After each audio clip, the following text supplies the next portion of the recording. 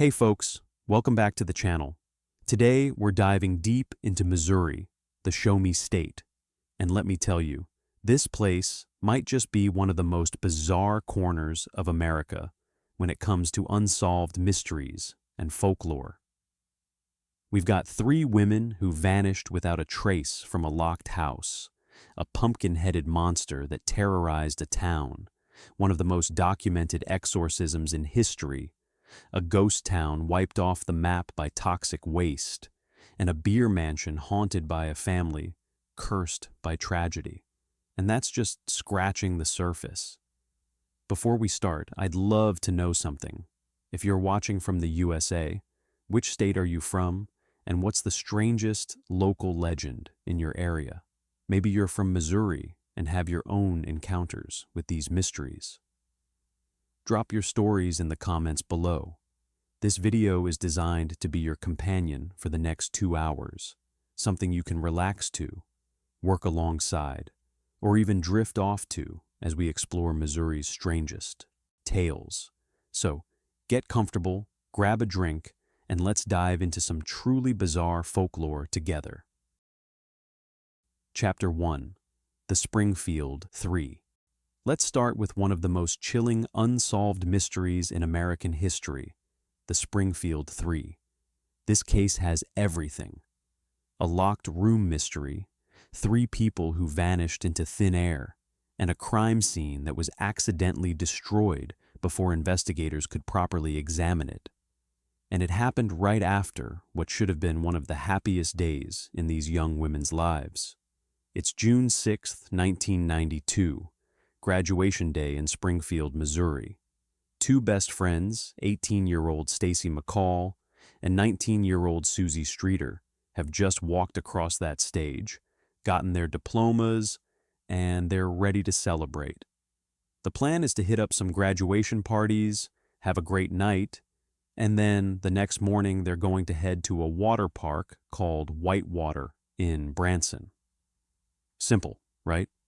Just a normal graduation celebration. The night starts off great. The girls hit a couple of parties, they're having fun, everything's perfect. Their original plan was to crash at a friend's house, but when they got there, it was packed with people. So around 2:15 a.m., they decide to change plans. They'll just head back to Susie's house instead. Susie still lives with her mom, 47-year-old Cheryl Levitt, at 1717 East Delmar Street in Springfield. It's a nice, quiet neighborhood.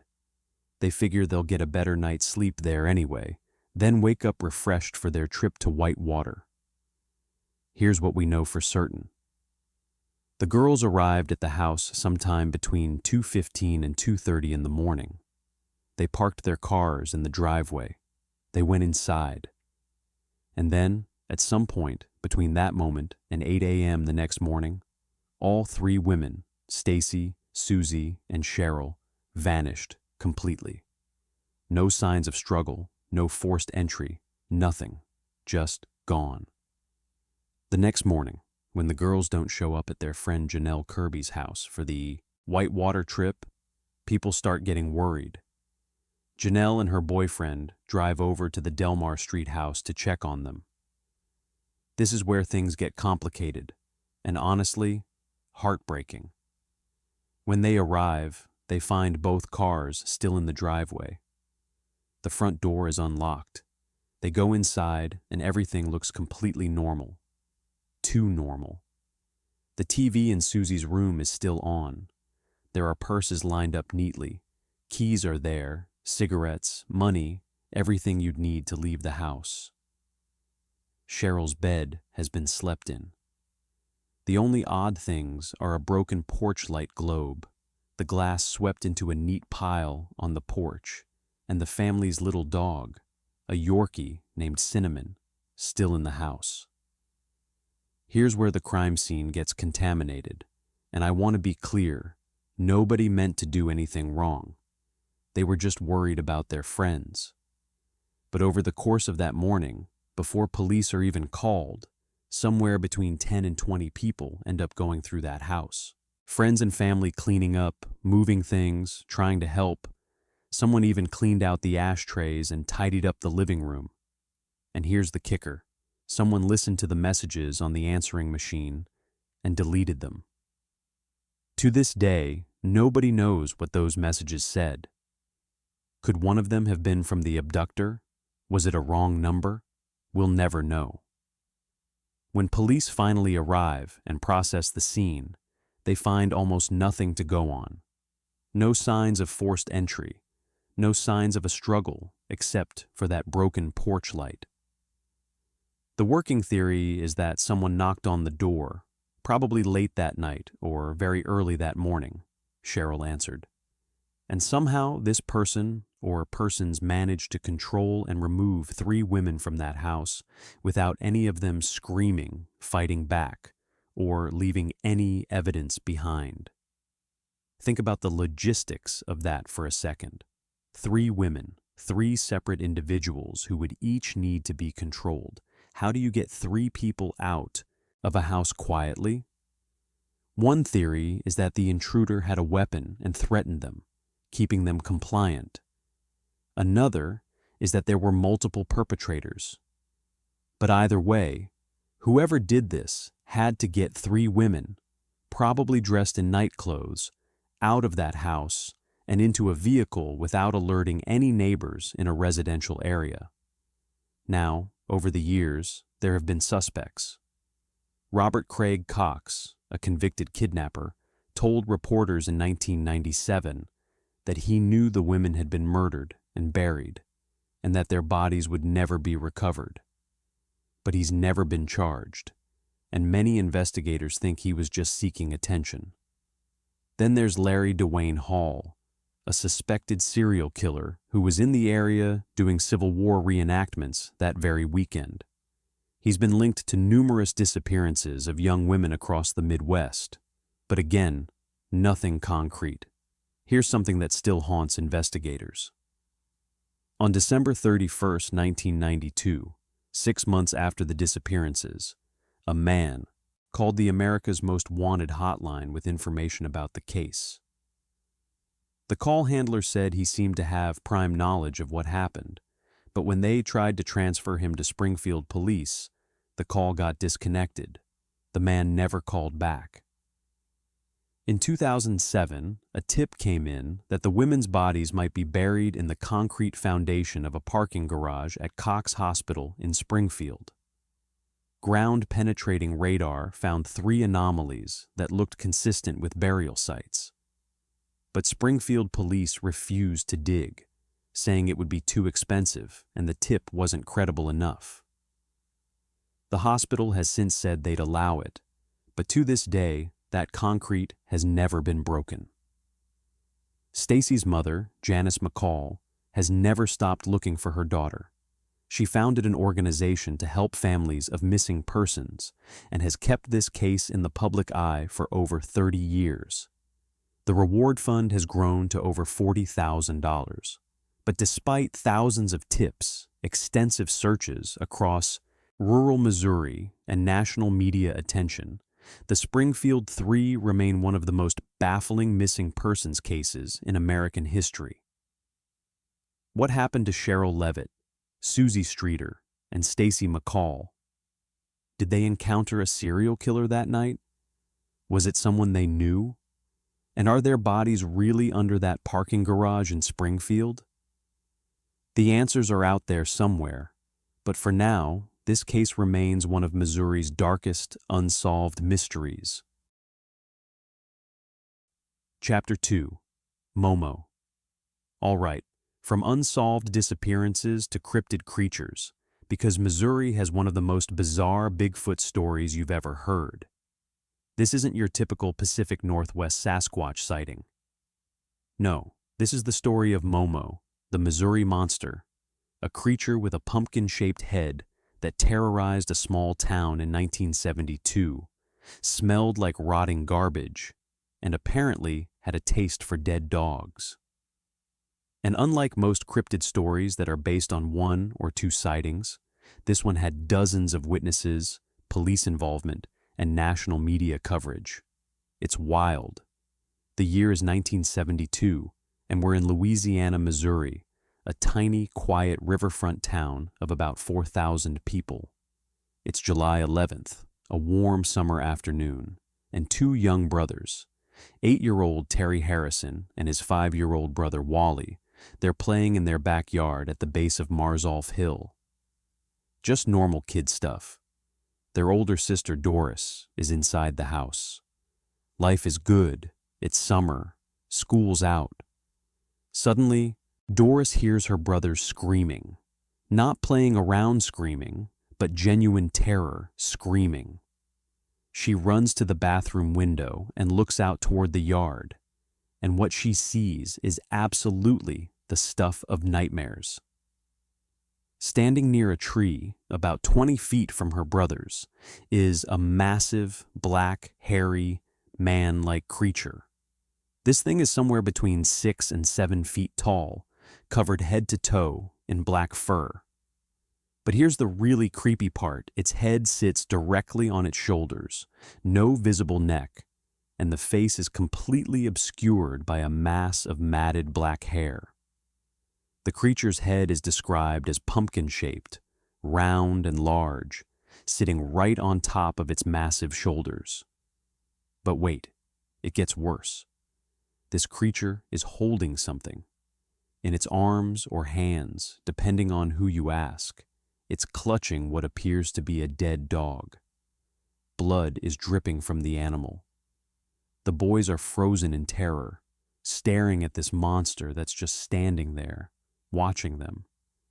After what feels like an eternity, but was probably only seconds, the creature turned and walked back into the woods, still carrying the dead dog. Edgar Harrison, the boy's father, and a deacon at the local Pentecostal church, arrived home from work at the town waterworks a few hours later. The kids are traumatized, barely able to speak. Edgar goes out to investigate and finds the brush beaten down where the children said the creature had been standing. He also finds faint footprints in the dust and a few black hairs scattered around the area. This wasn't a joke. Something had been there. Word spreads fast in a small town. That same afternoon, a woman who lived about 3 blocks away, Mrs. Clarence Lee, reported hearing strange animal sounds outside her home. A local farmer's dog had also disappeared.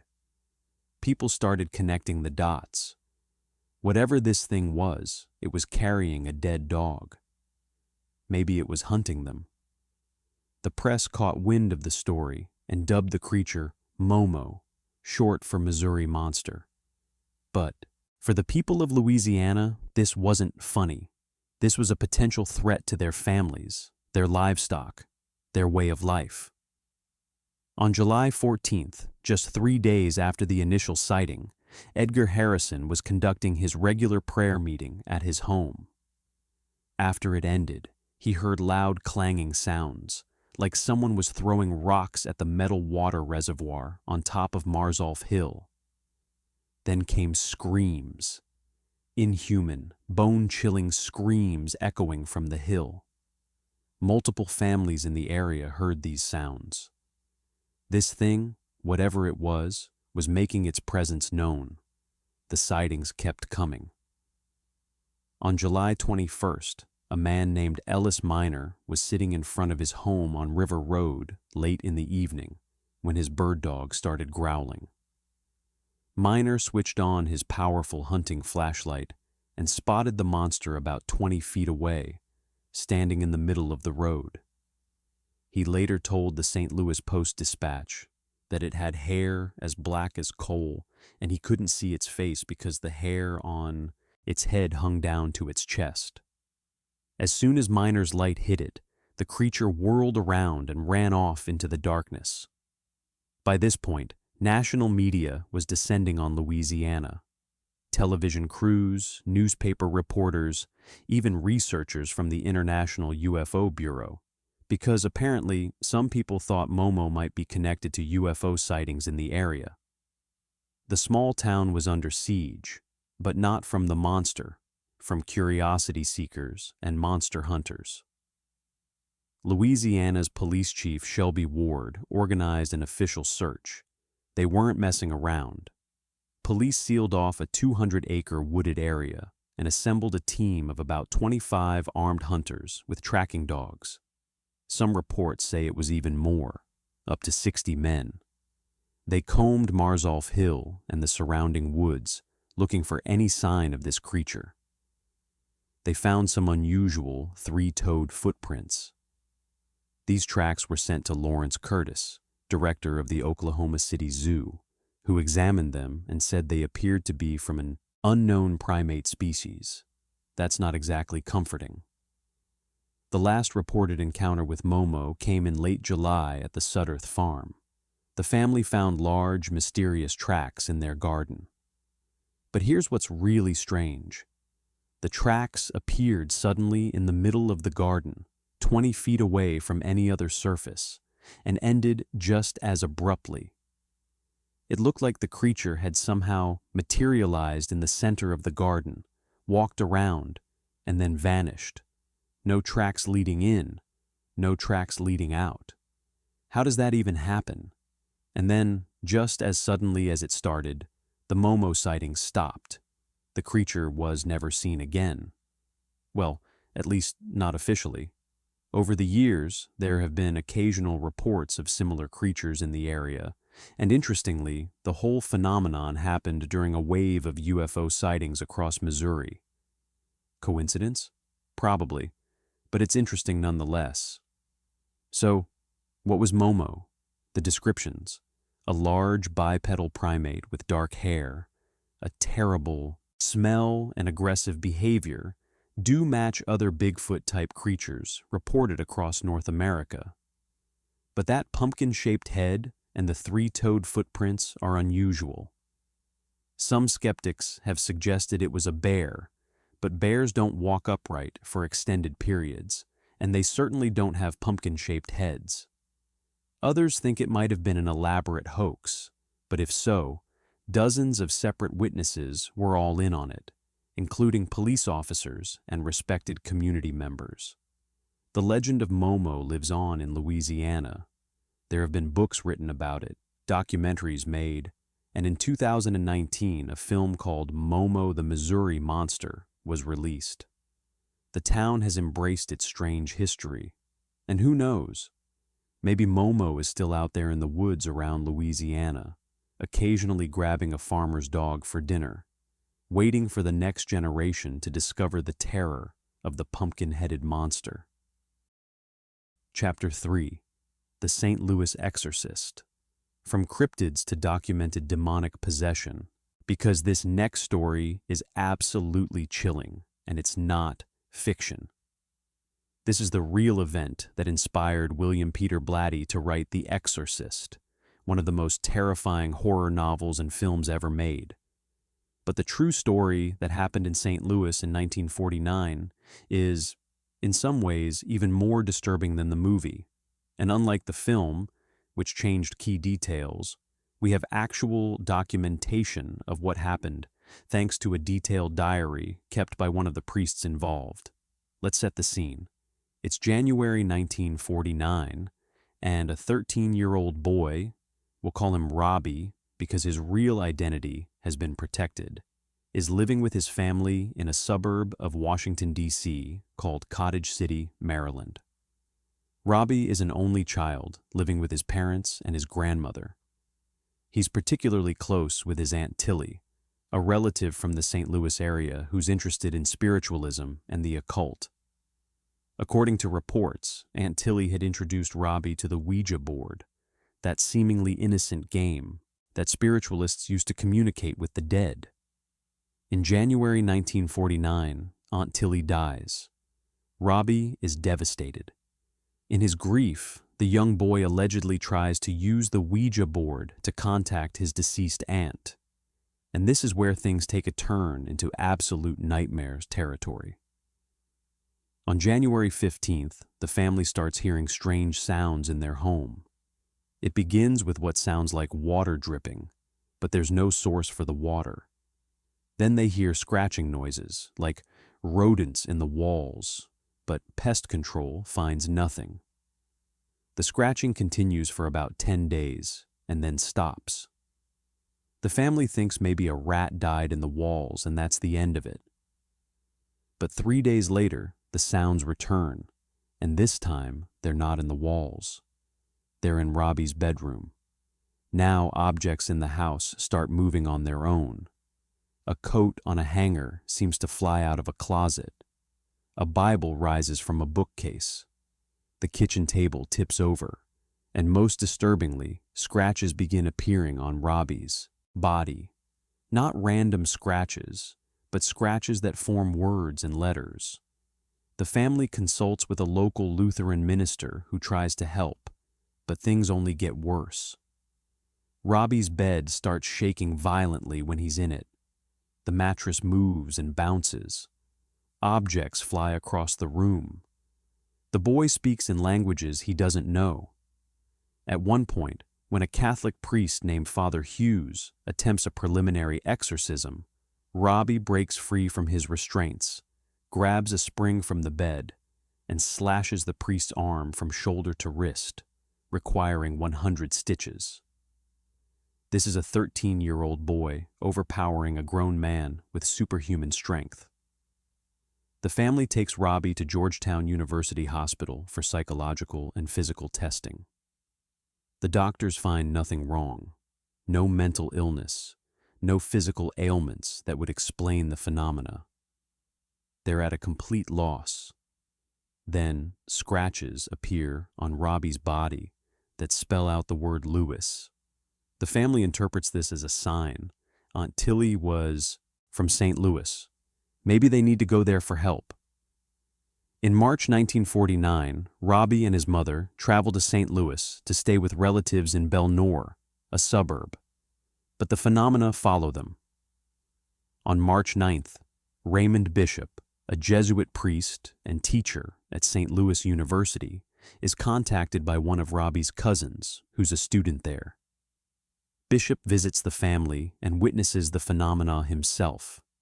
Furniture moving, objects flying, the boy speaking in strange voices, scratches appearing on his skin in real time. Bishop knows this is beyond anything he's ever encountered. Bishop reaches out to Father William Bowdern, pastor of St. Francis Xavier College Church on the SLU campus. After consulting with the university president and Archbishop Joseph Ritter, they make the decision to perform a full Roman Rite exorcism. This is extremely rare. The Catholic Church doesn't take this lightly. You don't just do an exorcism because someone's acting weird. There has to be evidence of genuine possession. Bowdern was chosen to lead the exorcism, despite having little experience with the ritual. But he was a World War II veteran, had seen combat, and was mentally tough. He studied the ritual and began the process, which would end up taking more than a month.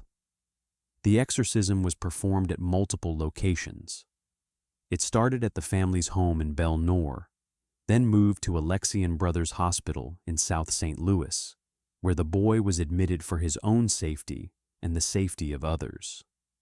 Father Bishop kept a detailed 26-page diary documenting everything that happened, and what he described is absolutely terrifying. During the exorcism rituals, Robbie would contort violently against his restraints. His body would twist in unnatural ways. Deep scratches would appear on his skin, sometimes forming words like hell across his chest and thigh. The temperature in the room would drop dramatically. Objects would fly across the room. Robbie would speak in a guttural voice that didn't sound human, cursing at the priests in languages he'd never studied.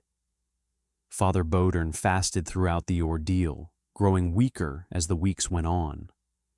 Multiple priests, Alexian brothers, and family members participated in or witnessed the rites. Everyone agreed that what they were seeing couldn't be explained by medical science or psychology. This was something else, something evil. The exorcism reached its climax on Easter weekend, April 1949. On Easter Monday, April 18th, Robbie woke in a violent fit. Bowdern continued the ritual, placing holy medals and rosaries around the boy's neck, putting a crucifix in his hand. He demanded to know the name of the demon possessing the boy and commanded it to leave.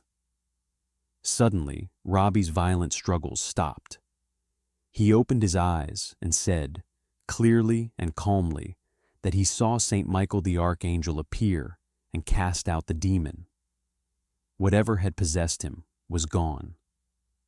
The room where the final exorcism took place at Alexian Brothers Hospital was sealed off. For years afterward, hospital staff and brothers refused to enter it. The room was kept exactly as it had been, with Bishop's diary locked in a desk drawer. That wing of the hospital was eventually demolished in 1978, but not before the diary was recovered during the demolition and later given to Father Walter Halloran, one of the assisting priests.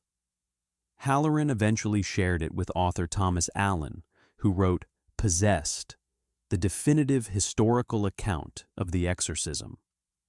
So what really happened to Robbie? Was he genuinely possessed by a demonic entity? Or was it an extreme case of psychological disturbance that manifested physically? Skeptics point out that similar symptoms can be caused by certain neurological conditions, though none were identified in Robbie's case.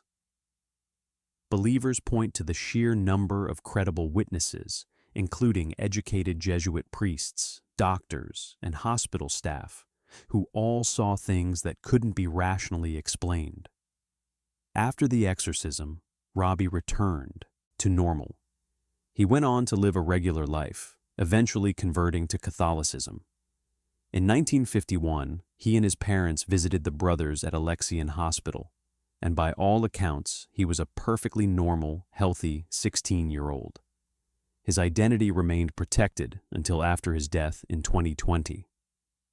But the room, the diary, and the memories of those who participated remain as evidence of one of the most thoroughly documented cases of alleged demonic possession in modern history.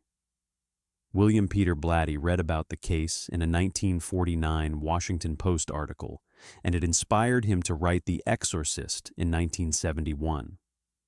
The subsequent 1973 film became one of the highest-grossing and most terrifying movies of all time. But Blatty changed many details, making the possessed person a 12-year-old girl named Reagan instead of a 13-year-old boy, and setting it in Washington, D.C. instead of St. Louis. The real story, the one that happened at Alexian Brothers Hospital and involved the priests of St. Louis University, remains one of Missouri's most disturbing and well-documented supernatural events. Chapter 4: Zombie Road. Let's shift gears from documented horror to local urban legend, though honestly, this one's pretty creepy too. Welcome to Zombie Road, officially known as Lawler Ford Road, a stretch of asphalt in Wildwood, Missouri that might just be one of the most haunted roads in the entire Midwest. And yes, despite what some people think, the name Zombie Road is actually used by locals, though the more boring official name is Lawler Ford Road. But trust me, after you hear about this place, Zombie Road seems way more appropriate. First, let's talk about the location. This road runs parallel to the Merrimack River in West St. Louis County, cutting through dense woods and isolated areas. During the day, it's just a scenic country road, but at night, that's when things get weird. And the history of this road is steeped in tragedy, which is usually a recipe for hauntings. The area's dark history goes way back. There are reports of Native American burial grounds in the woods near the road, though this is difficult to verify. What we do know for certain is that in the 1850s, the road was used as part of a railroad line. Over the years, there have been numerous fatal accidents along this stretch. Railroad workers were killed in construction accidents. Travelers were struck by trains.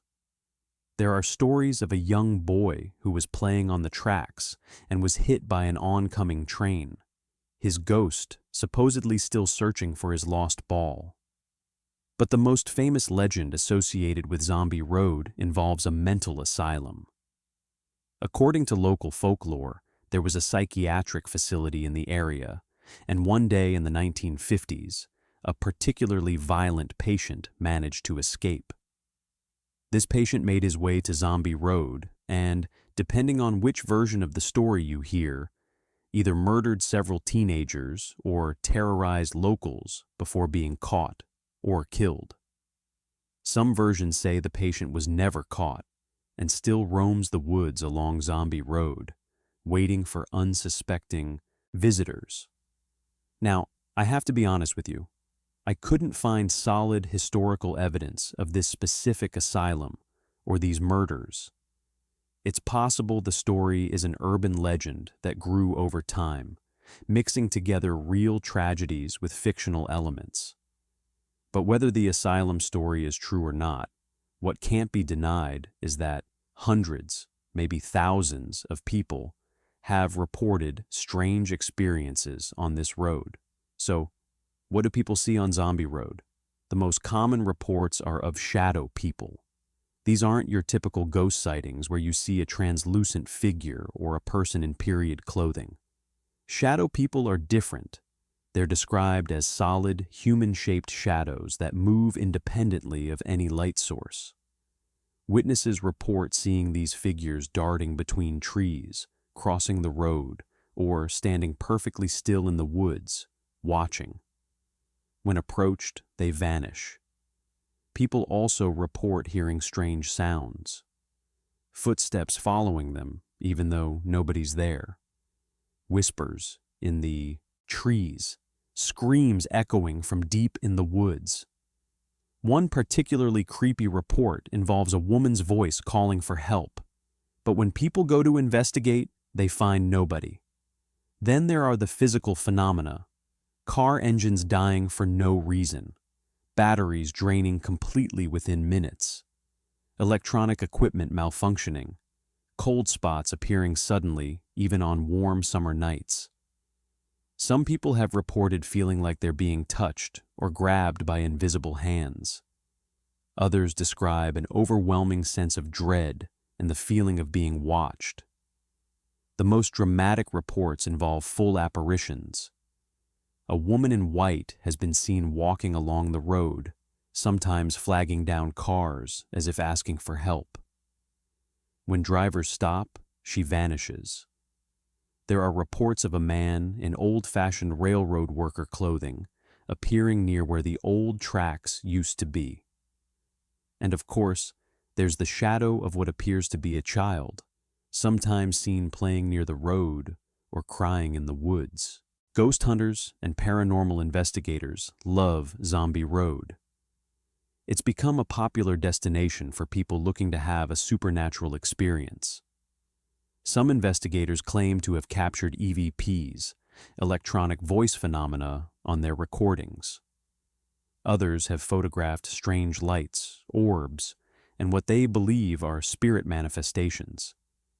Skeptics, of course, attribute all of this to natural phenomena, light reflections, misidentified animals, and overactive imaginations fueled by urban legends. One theory about why Zombie Road might seem so haunted has to do with its isolation and history. The road is dark, surrounded by dense forest, and has a legitimate history of tragic deaths. When you're on a dark road at night, knowing that people have died there, your mind is primed to interpret every shadow, every sound, every rustling leaf as something supernatural. It's the power of suggestion combined with genuine spookiness. But try telling that to the people who've had experiences there. Many of them were skeptics going in, just looking to check out a local legend, and came away as believers. There's something about actually being there, in the dark, surrounded by those woods, that changes your perspective. If you decide to check out Zombie Road yourself, and I'm not necessarily recommending this, please be aware that the road is technically not open to pedestrian traffic at night, and parts of it are on private property. Trespassing can get you in trouble with local authorities. Also, people have reported being harassed by actual living humans, not ghosts, who apparently hang out there to scare visitors. So, you might encounter the paranormal, or you might just encounter some jerks trying to mess with you. The urban legend of Zombie Road continues to grow. Every year, new stories are added to the mythology. New witnesses come forward with their experiences. And whether it's genuinely haunted or just a really creepy road with a tragic past and a great legend, Zombie Road has earned its place as one of Missouri's most infamous locations. Sometimes the scariest stories are the ones where you're never quite sure where the truth ends and the legend begins. Chapter 5. The Ozark Howler. All right, from haunted roads to terrifying cryptids, because the Ozarks are home to one of the most bizarre creatures in American folklore.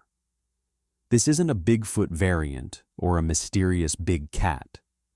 No, this is the Ozark Howler, sometimes called the Ozark Black Howler, a creature that's been part of regional folklore for over 200 years. And the descriptions of this thing are absolutely wild.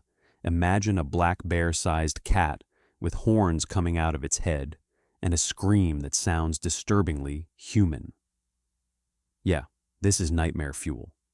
The Ozark Howler legend is deeply rooted in the culture of the Ozark Mountain region, which spans southern Missouri, northern Arkansas, and parts of Oklahoma and Kansas.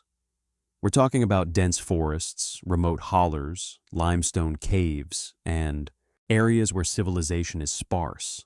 It's exactly the kind of territory where a large predator could theoretically remain hidden from widespread detection. And for generations, people living in these isolated areas have told stories about the howler. So, what exactly is an Ozark howler supposed to be? Descriptions vary slightly depending on who you ask and when the sighting occurred, but there are consistent elements. The creature is described as being roughly the size of a bear, somewhere between 4 and 8 feet long, and weighing several hundred pounds. It's covered in thick, dark hair, usually described as black, but sometimes dark brown. It moves on 4 legs like a cat with a long tail. But here's where it gets really weird. The Ozark Howler is said to have horns. Not antlers like a deer, but horns sometimes described as ram-like, curving out from its head. Some accounts describe them as short and stubby. Others say they're several inches long and pointed. This combination of feline, body and horns is what makes the Ozark Howler truly unique in cryptozoology. There's no known animal that matches this description. The creature's most distinctive feature, though, is its howl, which is how it got its name. Witnesses describe a blood-curdling scream that echoes through the Ozark valleys at night. Some say it sounds like a woman screaming. Others compare it to a combination of a wolf's howl and an elk's bugle. The sound is said to be so chilling and unnatural that it freezes people in their tracks. Locals who've heard it say you never forget that sound. It's primal and wrong in a way that your brain immediately recognizes as dangerous. The Ozark Howler is also said to be a predator. Livestock deaths have been attributed to it over the years, particularly cattle and hogs. Unlike typical predator kills, animals supposedly killed by the howler are described as having unusual wounds or being mutilated in ways that don't match known predators like mountain lions or feral dogs. Some reports describe the creature as being unafraid of humans, occasionally approaching remote cabins or campsites. So, where did this legend come from? The earliest written references to something like the Ozark Howler date back to the 1800s, but the oral tradition among Ozark residents goes back even further. Some researchers believe the legend may have originated with early European settlers encountering large predators they weren't familiar with. The Ozarks were once home to actual black bears, mountain lions, and even red wolves. Could frightened settlers have exaggerated normal wildlife into something supernatural? There's also a theory that the Ozark Howler might be based on a real but extinct animal. During the Ice Age, North America was home to some pretty bizarre predators, including the American lion, which was larger than modern African lions, and various prehistoric cat species. Could oral traditions of the Ozark Howler be a folk memory of an extinct predator that early inhabitants of the region actually encountered? It's an interesting idea, though there's no archaeological evidence of horned felines in North America. Modern cryptozoologists have suggested the howler might be an unknown species of large cat. North America does have a history of large feline predators. Mountain lions are native to the Ozarks, though they were thought to be extinct in Missouri for many years. Recent years have seen confirmed mountain lion sightings in Missouri, proving that large predators can remain undetected in remote areas. But mountain lions don't have horns and don't make the kind of screams described in howler accounts. Well, actually, mountain lions do scream, and it's incredibly creepy, but it's not quite the same as what howler witnesses describe. The horns are really the stumbling block for any natural explanation. There are no known felines with horns. Some skeptics have suggested that witnesses might have seen a bear or large cat carrying antlers from a kill, creating the illusion of horns attached to its head. Others think the horn detail is purely mythological, added to make the legend more dramatic. In recent years, the Ozark Howler has become a point of regional pride. Towns in the Ozarks embrace the legend, and it's become a symbol of the area's unique culture and wilderness. There are Ozark Howler-themed businesses, local brews named after the creature, and annual festivals that celebrate Ozark folklore, including the howler. And every so often, a new sighting pops up. Someone camping in a remote area of the Ozarks hears that distinctive scream, or a hunter finds tracks that don't quite match anything known, or a game camera captures a blurry image of something large and dark moving through the forest. Are these actual sightings of an unknown creature? Misidentifications of known wildlife? Or just the perpetuation of a beloved legend? The Ozark Howler occupies that fascinating space between folklore and cryptozoology. It's a creature that's deeply embedded in regional culture, with a legend spanning centuries, but also one that people claim to encounter in modern times. Whether it's a flesh-and-blood animal waiting to be discovered, a case of mistaken identity and folklore, or something that existed in the past but is now extinct, the Ozark Howler remains one of Missouri's most enduring mysteries. If you're hiking in the deep woods of the Ozarks and you hear a scream in the night that sounds like nothing you've ever heard before, well, it might just be a mountain lion, or it might be a barn owl, which can make some truly horrifying sounds. But according to local legend, it might also be the Ozark Howler, still prowling the remote hollers and ridges of southern Missouri, waiting for the next generation to discover its terrifying presence. Chapter 6. Times Beach, the Erased Town. From legendary creatures to a real-life environmental horror story, this next chapter is about Times Beach, Missouri, a town that was literally wiped off the map. This isn't folklore or legend. This is documented history of one of the worst environmental disasters in American history. It's the story of how a small Route 66 town became so contaminated with toxic chemicals that the entire population had to flee, leaving behind a literal ghost town. And the really scary part? Most people had no idea they were living in a toxic waste dump for over a decade. Let's set the scene. Times Beach was founded in 1925 as a summer resort community along the Merrimack River in West St. Louis County. The St. Louis Star-Times newspaper came up with a clever marketing scheme. They subdivided a large parcel of land into thousands of small lots and sold them for just $67.50 each. But you had to buy a 6-month newspaper subscription to get the deal. It was basically a real estate promotion to boost subscriptions. The idea was that St. Louis workers could have a little weekend getaway spot by the river.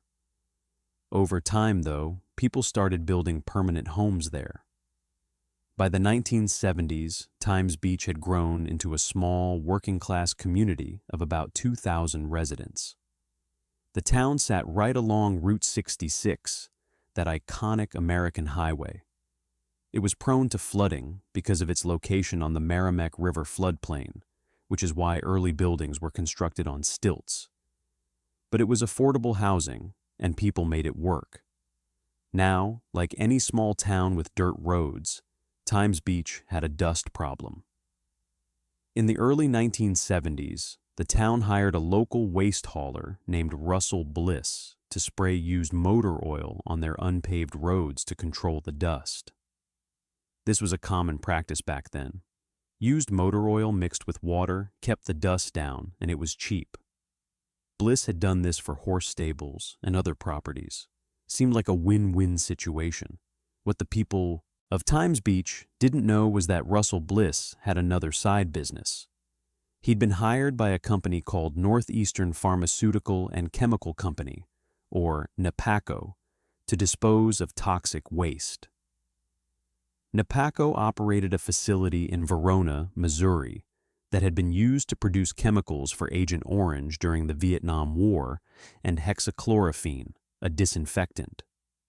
The production of these chemicals created a highly toxic byproduct called dioxin, specifically TCDD, which is one of the most toxic substances known to science. Bliss mixed this dioxin-contaminated waste with used motor oil and sprayed it all over Times Beach and at least 26 other locations across eastern Missouri. We're talking about spraying toxic waste on roads where children played, where people walked, where it would get tracked into homes. And nobody knew. The townspeople thought it was just used motor oil. The first clue that something was terribly wrong came from a horse arena called Shenandoah Stables.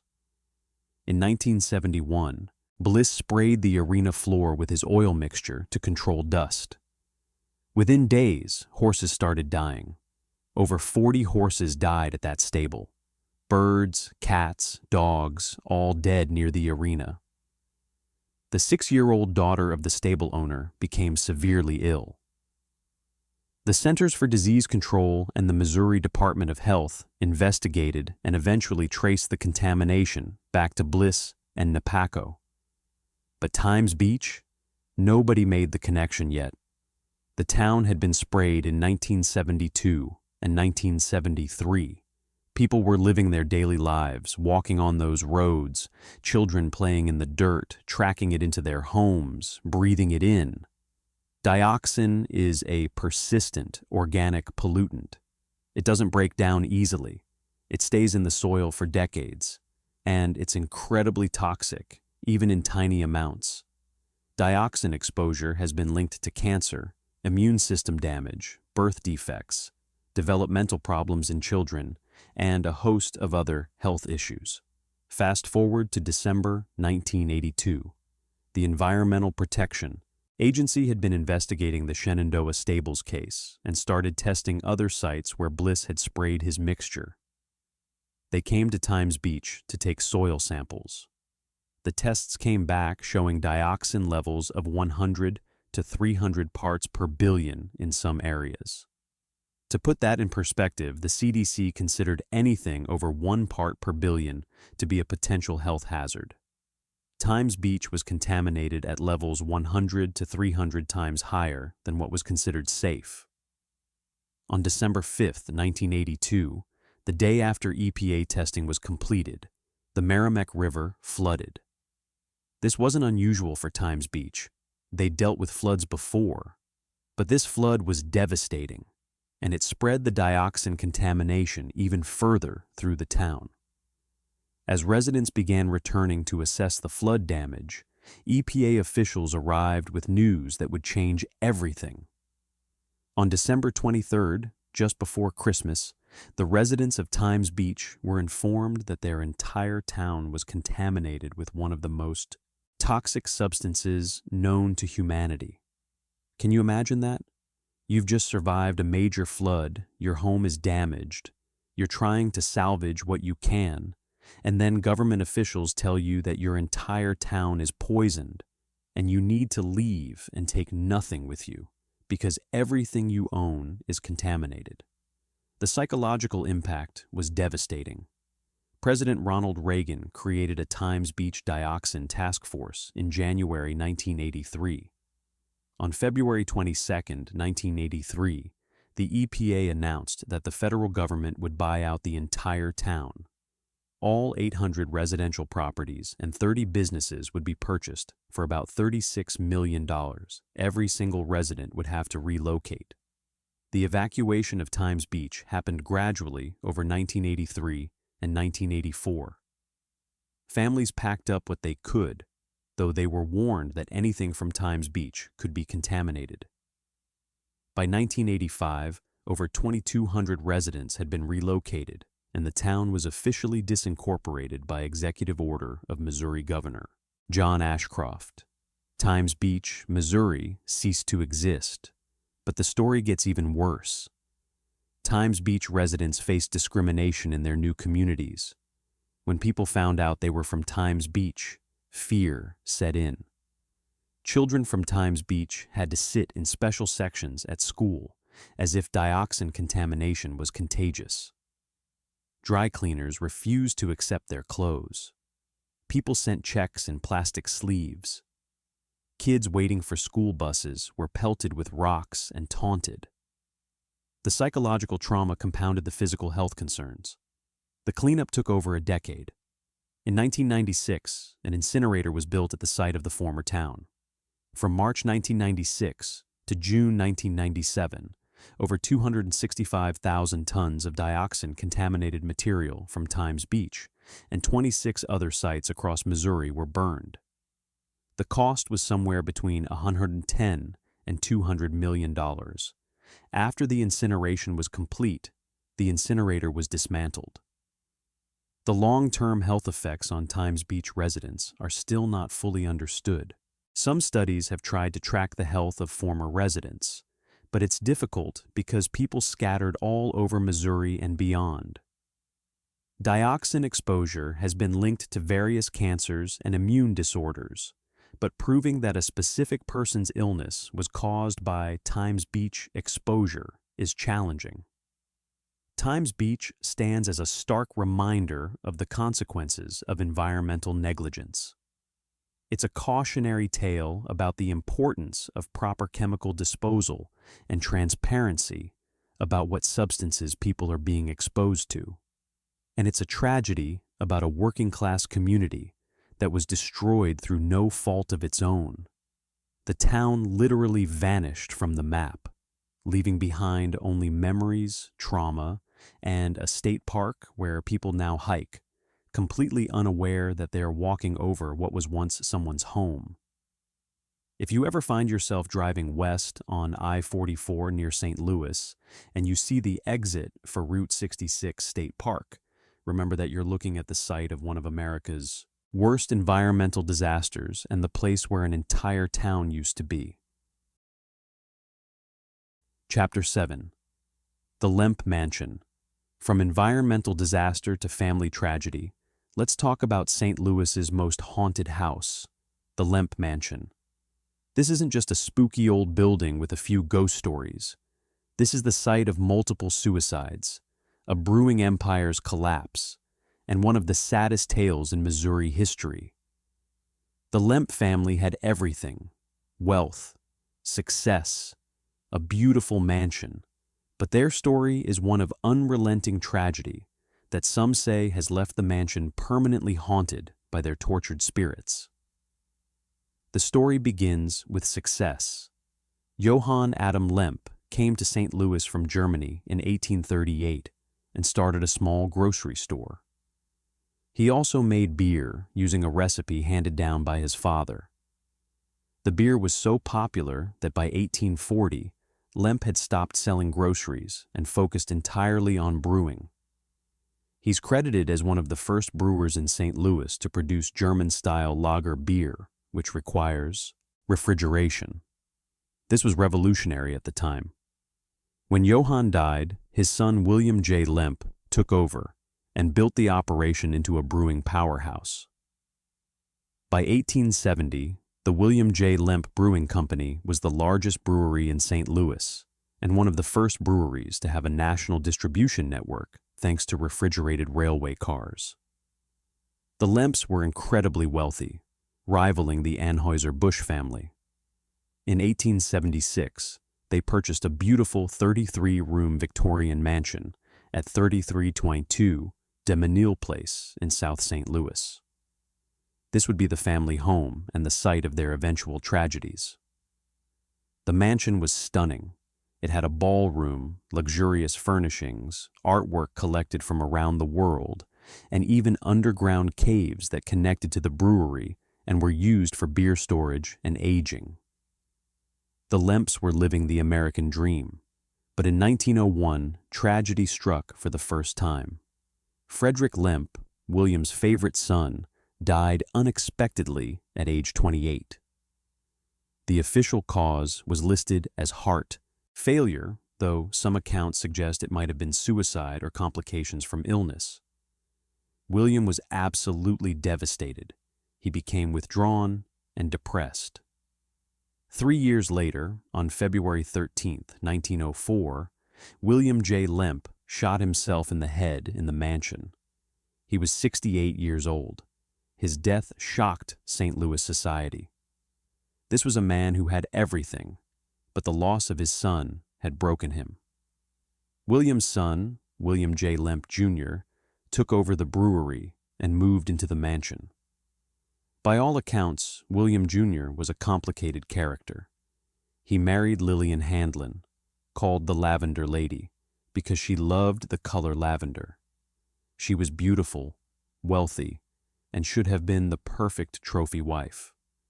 But William Jr. was a notorious womanizer who threw wild parties in the mansion's caves, complete with prostitutes and debauchery.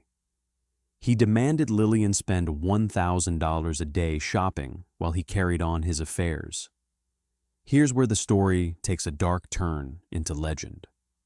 According to St. Louis Folklore, William Jr. had an illegitimate son with either a servant or a prostitute. The child was born with Down syndrome, which in that era was seen as shameful.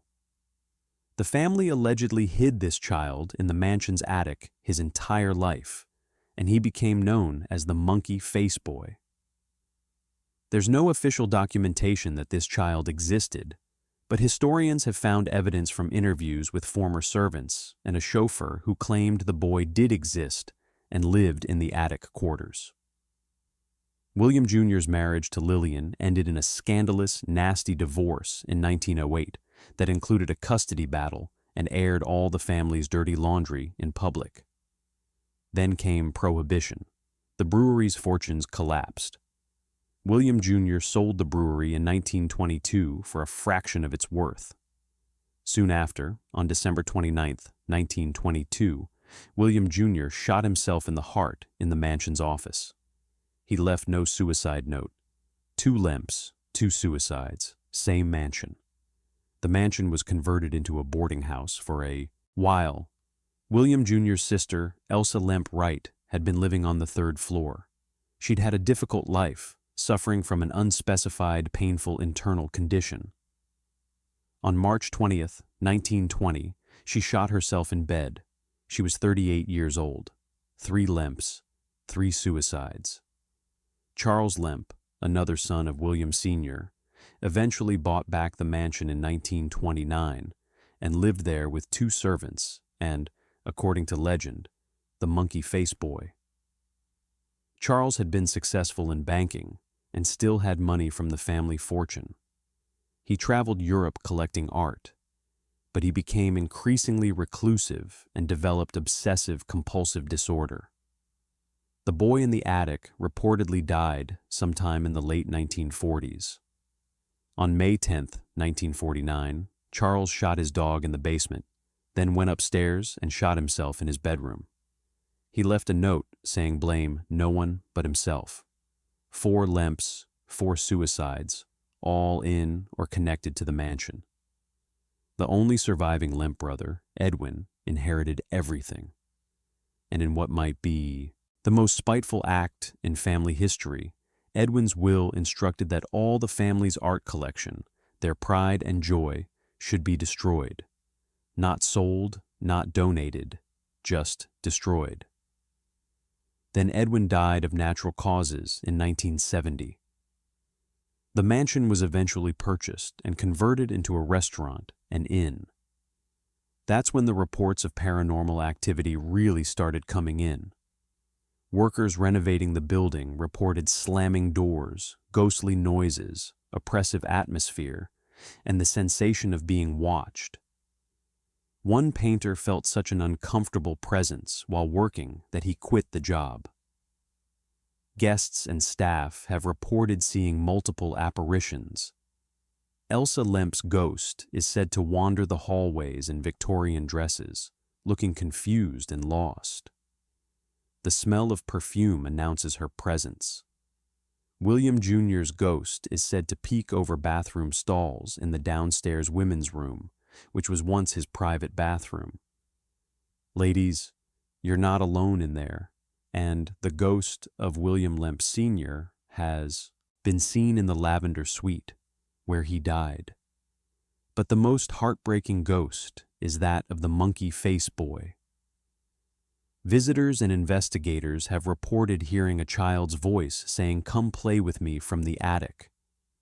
People on the street have seen a figure that looks like a child with Down syndrome features peeking out of the small attic windows. Paranormal investigators have left toys in the attic room, marking their exact position. When they return, the toys have moved. Some investigators have felt tugging on their hair in the attic hallway, as if a lonely child is seeking attention. The basement is referred to by staff as the gates of hell due to the intense paranormal activity reported there. Charles Lemp shot his dog there, and some say you can still hear ghostly barking. The staircase is another hot spot where people report seeing shadowy figures and feeling sudden cold spots. Electronic equipment malfunctions frequently in the mansion. Glasses in the bar fly off shelves. Doors lock and unlock by themselves. Today, the Lemp Mansion operates as a restaurant, inn, and tourist attraction. You can book a room and spend the night in one of the most haunted houses in America. They offer ghost tours and murder mystery dinners. The place has been featured on numerous paranormal investigation shows and is regularly listed among America's most haunted locations. Whether you believe in ghosts or not, there's no denying the tragic history of the Lemp family. 4 family members died by suicide within the mansion's walls. A 5th, Elsa, died mysteriously. The family's brewing empire collapsed. Their art collection was destroyed, and possibly a disabled child was hidden away in the attic, denied a normal life. That's a lot of pain, suffering, and tragedy concentrated in one location. Some would say it's no wonder the place feels haunted. The Lemp Mansion stands as a monument to the dark side of the American dream, a reminder that wealth and success don't guarantee happiness, and that some tragedies are so profound they seem to linger long after everyone involved has passed away. Chapter 8. The Spooklight of Hornet. All right, let's end this first part with one of Missouri's most persistent and well-documented mysteries, the Hornet Spooklight, also known as the Joplin Spooklight or the Tri-State Spooklight. This is one of those rare paranormal phenomena that's been consistently reported for well over a century, has been investigated by everyone from Army engineers to skeptics to paranormal researchers, and still has no definitive explanation. It's a glowing orb that appears on a rural road near the Missouri-Oklahoma border, and thousands of people have seen it. The spooklight appears on a stretch of road called E50, or Spooklight Road, locally known as the Devil's Promenade. It's about 12 miles southwest of Joplin, Missouri, near the tiny hamlet of Hornet, which is basically just a few houses now. The road is a 4-mile gravel stretch that cuts through rural countryside near where Missouri, Oklahoma, and Kansas meet. And, for reasons nobody can fully explain, a mysterious light appears here regularly, usually during evening and nighttime hours. So, what does the spooklight look like? Most witnesses describe it as an orange or white ball of light, ranging in size from a baseball to a basketball, though some reports describe it as larger. The light typically appears in the distance, toward the western end of the road, and travels from west to east. But this isn't just a stationary light. It moves, bobs, weaves, spins, hovers, changes intensity, and sometimes splits into multiple lights. Some witnesses describe it as dancing down the center of the road. Others say it approaches vehicles and then retreats. The light seems to have a mind of its own. According to legend, the spooklight was first seen by Cherokee Indians traveling the Trail of Tears in 1836, though this can't be verified. The first documented written reference appears in 1881 in a publication called The Ozark Spooklight, which is conveniently before the advent of automobiles, suggesting this isn't just car headlights being reflected. Though skeptics point out that detailed newspaper records don't really mention the spooklight until the 1920s and 1930s, which is after cars became common in the area. Over the years, numerous legends have sprung up to explain the spooklight's origin. One of the most popular stories involves two young Native American lovers from the Quapaw tribe. According to the legend, they were separated in death, and their spirits now search for each other along the road, the light being either their spirits or a lantern carried by one of them. Another legend tells of a miner who came home one night to find his cabin burned down and his family missing, possibly kidnapped or killed by raiders. The miner now roams the road with a lantern, eternally searching for his lost family. There are variations involving a murdered Osage chief, a Quapaw maiden who drowned herself after her warrior was killed, and various other tragic tales. As with most local legends, the details change depending on who's telling the story. But unlike pure folklore, the spooklight has been investigated scientifically, or at least people have tried to investigate it scientifically. In 1946, the U.S. Army Corps of Engineers investigated the phenomenon, and their official conclusion was that it was a mysterious light of unknown origin. That's pretty remarkable. The U.S. Army basically said, yeah, there's a light there, we don't know what it is. Over the decades, various theories have been proposed. Some say it's swamp gas or methane escaping from the ground and self-igniting. But the spooklight appears regardless of weather conditions, wind or rain, and methane lights typically don't behave the way this light does. The will-o'-the-wisp theory, which attributes it to bioluminescence from decomposing organic matter, doesn't quite fit because the light appears in all seasons, wet or dry. Plus, will-o'-the-wisps are typically stationary or float slowly, while the spooklight moves with purpose and speed. Then there's the car headlight theory. Skeptics love this one. The idea is that the spooklight is actually car headlights from Highway 66, which runs several miles to the south. Light refraction and atmospheric conditions could theoretically make those headlights appear to be floating down Spooklight Road. It's a reasonable hypothesis, except for one major problem. The spooklight was being reported long before automobiles existed. Those 1881 accounts, cars weren't common until the 1910s and 1920s, so unless time-traveling cars are involved, the headlight theory doesn't explain the historical sightings. Some researchers have suggested it might be earthquake lights, a real but poorly understood phenomenon where luminous electrical effects appear before or during seismic activity. The area does sit near the New Madrid seismic zone, one of the most active earthquake regions in the U.S., but earthquake lights are typically associated with active quakes, not continuous nightly appearances over decades. Another theory involves tectonic strain or piezoelectric effects from quartz-bearing rocks being compressed underground, generating electrical discharges that manifest as lights.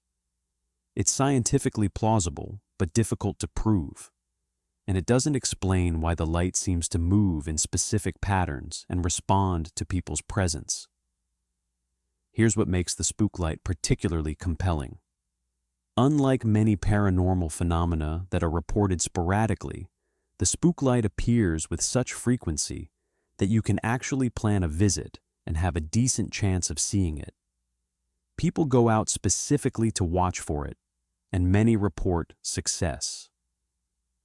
There are nights when dozens of people are parked along Spooklight Road, all watching for the light. So, what is the Hornet spooklight? Is it a natural phenomenon that science simply hasn't explained yet? Is it the ghost of some long-dead traveler still searching for something in the night?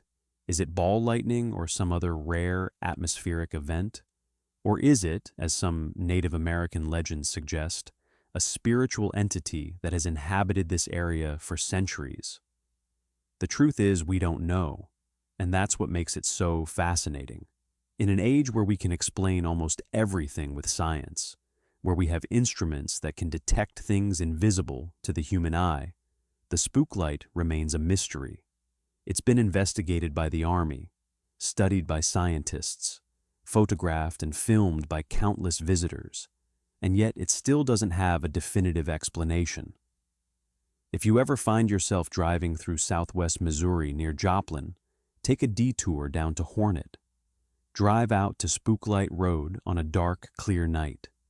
Park your car, turn off your lights, and wait. You might see nothing.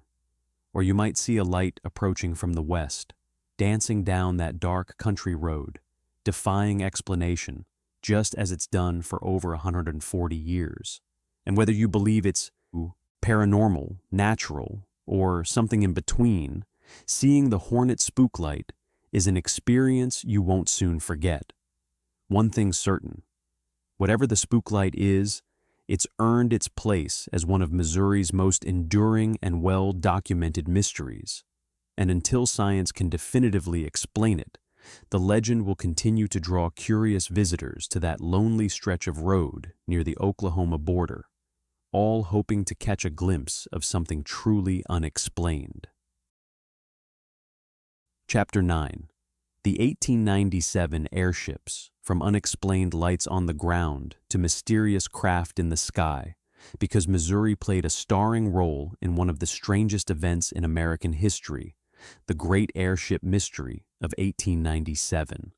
This happened 6 years before the Wright brothers' first flight, at a time when powered aviation didn't exist.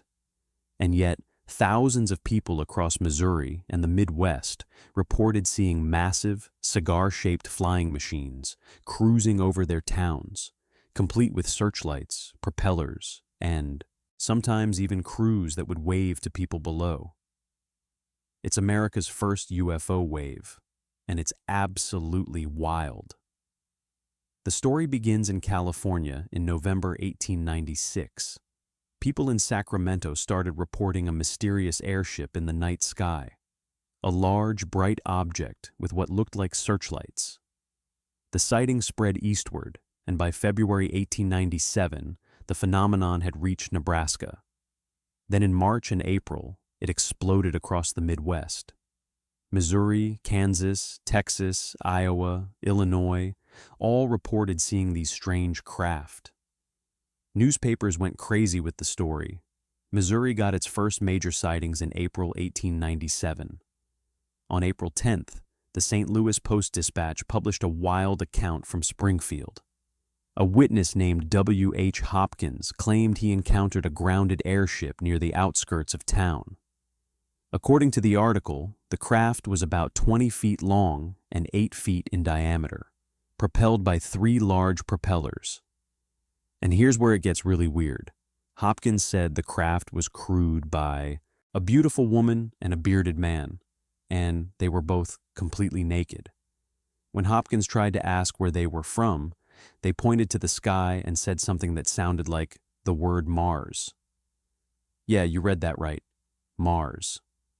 Now, before you roll your eyes, let me say that a lot of these newspaper accounts were probably hoaxes or sensationalized stories. Yellow journalism was at its peak in the 1890s, and newspapers competed fiercely for readers. Sensational stories sold papers. But here's the thing, not all of these accounts were obvious jokes.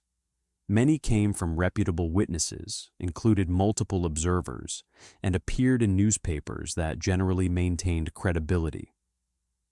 On April 16th, the Table Rock Argus reported that a group of reliable witnesses saw an airship sailing overhead with passengers visible inside, including a woman tied to a chair and a man with a pistol guarding her. What? That's like a flying kidnapping. Other Missouri sightings described more typical airship features: a cigar or dirigible-shaped craft, bright searchlights, the sound of machinery or singing, and in some cases, visible propellers or wings. April 21st saw one of the more credible accounts. Judge J.A. Frink, described as a respected and trustworthy man, reported seeing the craft near Kabul, Missouri. A man named George Pepperdine said he and his family watched an airship descend to about 30 feet above their backyard in Springfield. He claimed he tipped his hat to the captain, who replied that they were shooting ducks and canvassing for William Jennings Bryan's book on bimetallism. The captain allegedly tossed Pepperdine a copy before the craft descended. That's oddly specific for a made-up story, right? These airships weren't just floating around aimlessly. Witnesses described them moving against the wind, traveling at high speeds, sometimes up to 100 miles per hour, and demonstrating clear control over their direction. This was remarkable because in 1897, the most advanced airships were primitive dirigibles that could barely maintain altitude, let alone speed through the sky with precision. One of the most interesting aspects was the humanoid crews.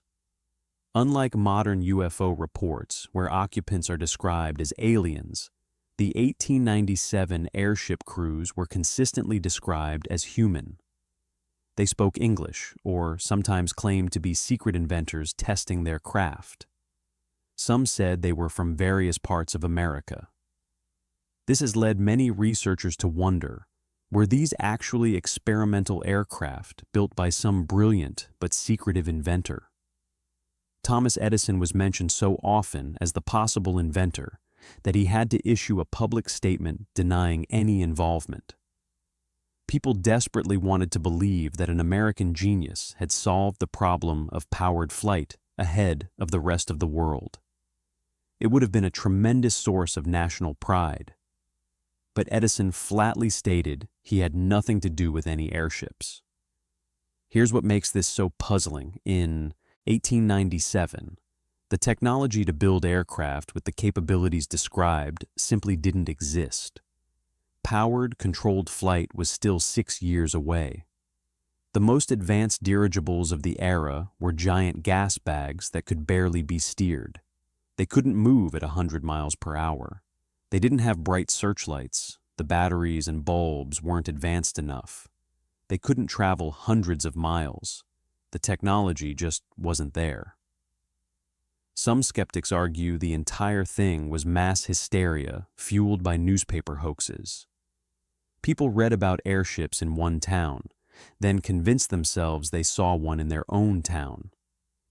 There's definitely some truth to that. We know for certain that some reports were deliberate hoaxes. Newspapers admitted it. People confessed to sending up balloons with lights attached to fool their neighbors. But mass hysteria doesn't explain everything. Particularly troubling for the hoax theory are reports from before the media frenzy began, sightings by multiple credible witnesses independently, and descriptions that remained consistent across different states and time periods despite limited communication between regions. In Missouri specifically, there were accounts from judges, businessmen, entire families, groups of townspeople, people who had reputations to protect and nothing to gain from lying. The sheer number of witnesses is staggering.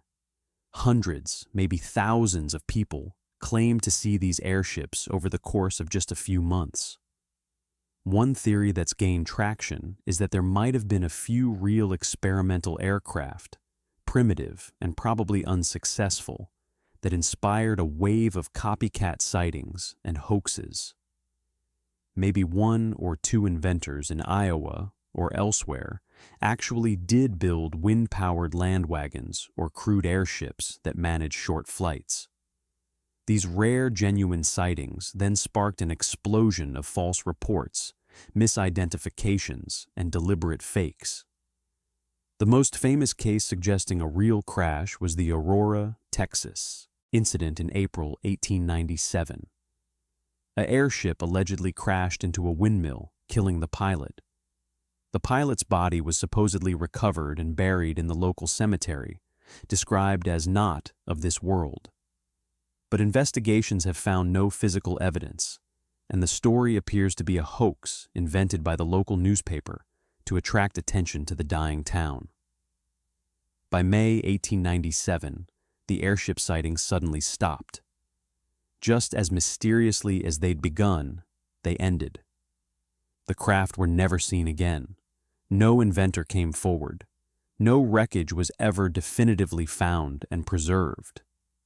The whole phenomenon just evaporated, leaving behind nothing but hundreds of newspaper accounts and the memories of thousands of bewildered witnesses.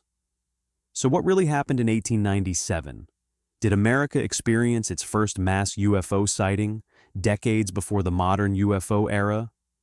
Were these craft extraterrestrial, as a few newspapers speculated at the time?